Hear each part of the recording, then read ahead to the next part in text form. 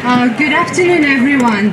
We're here to commemorate the 2nd of May, 2014, when it happened. Today is 2nd of May, 2015. It has been exactly a year. And I will start telling you about the Universal Declaration of Human Rights by United Nations. I will read 2 articles. Everyone is entitled to all the rights and freedoms set forth in this declaration, without distinction of any kind, such as race, color, sex, language, religion, political or other opinion, national or social origin, property, birth, or other status. Article 3. Everyone has the right to life, liberty, and security of person. And Article 5. No one shall be subjected to torture or to cruel, inhuman, or degrading treatment or punishment. In my research, I discovered that although Ukraine is a member state of the United Nations and has a member state permanent mission in New York, although conveniently Ukraine is missing from the list of countries that have pledged themselves to achieve the universal respect for and observance of human rights and fundamental freedoms. Is it a coincidence or is it a convenient mistake? A question that we do not have an answer to, but events in Odessa on May 2nd, 2014 demonstrate that there are no mistakes. Let me tell you a little bit what happened on the 2nd of May, 2014 in Odessa in Ukraine.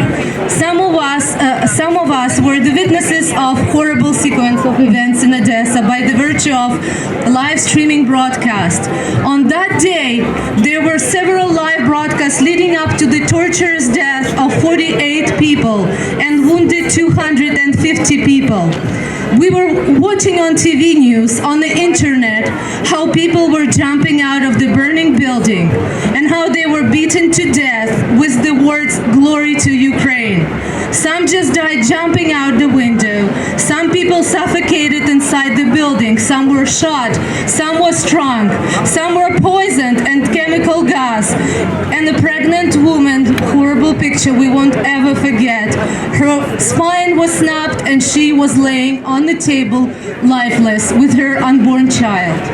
We saw burned bodies to the blackened recognition. We saw corpses that were displaying the agony in their burned dead bodies.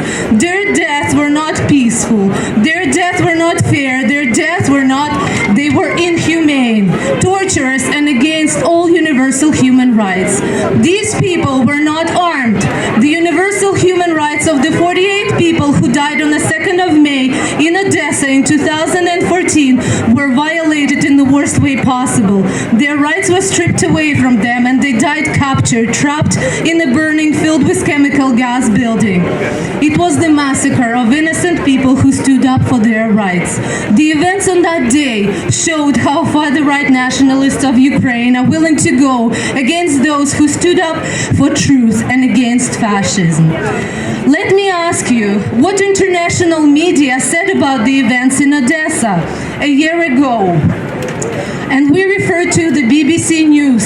They commented on that day that pro-Russian protesters clashed with Ukrainian government supporters in the city. Officials said some people were overwhelmed by smoke and others died after they jumped from the building. There were CNN news reports. They said 31 people died after a fire was started at a trade union building amid clashes in a largely Russian-speaking Odessa. Authorities initially reported 38 people has died, but later revised it. The violence came the day that US President Barack Obama and German Chancellor Angela Merkel pledged to seek harsher sanctions against Russia. None of the Western media, and I will tell you that with conviction, none of the Western media, nor European media mentioned about the human rights of the 48 people. People that were burned alive in the building, but they all in one voice accused Russia as the force behind this terrible tragedy.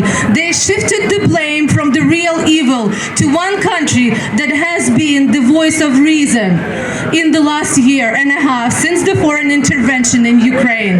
Russian is the only voice of reason, and Russia only is encouraging and pressing forward for investigation of the tragic events on May 2nd, 2014.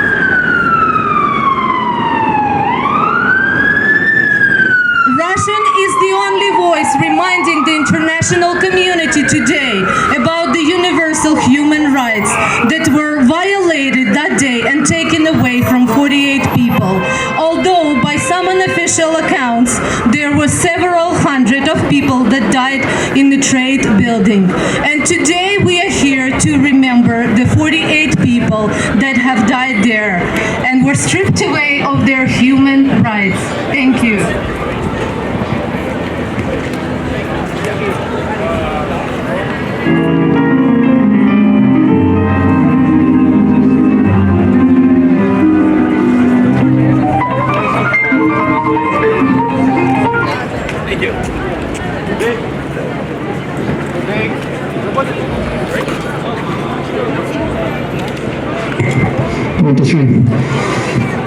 Today, Ukraine is a land of political terror ruled by a ruthless extremist regime.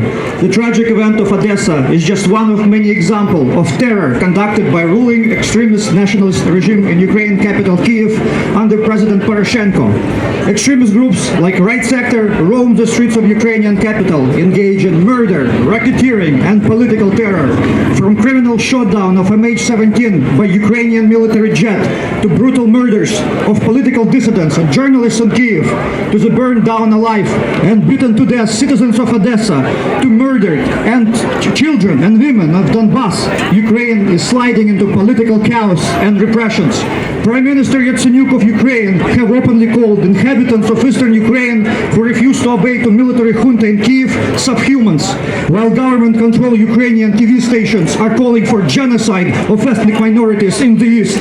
Millions of Ukrainian citizens are terrorized, deprived of political freedoms, and are forced into exile by ruling regime in Kyiv. Opposing TV stations are shut down. Opposition parties are banned. Those who government-supported groups like Right Sector find unfavorable or non-supportive of the ruling regime are humiliated and degraded in public.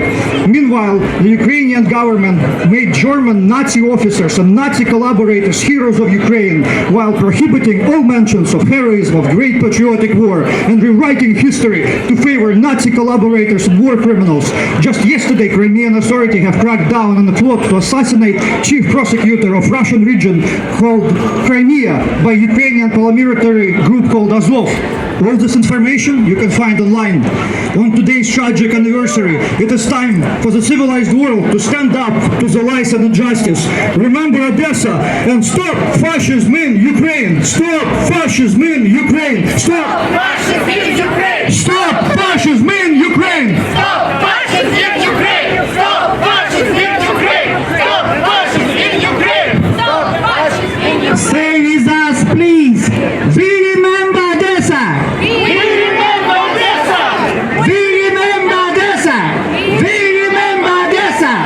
We remember Odessa! We remember Odessa! Stop with us! Say with us, please! Stop demonizing Russia! Stop demonizing Russia! Stop demonizing Russia! Stop demonizing Russia! Stop demonizing Russia! Stop demonizing Russia! Say with us, please! No sanctions against Russia! No sanctions against Russia!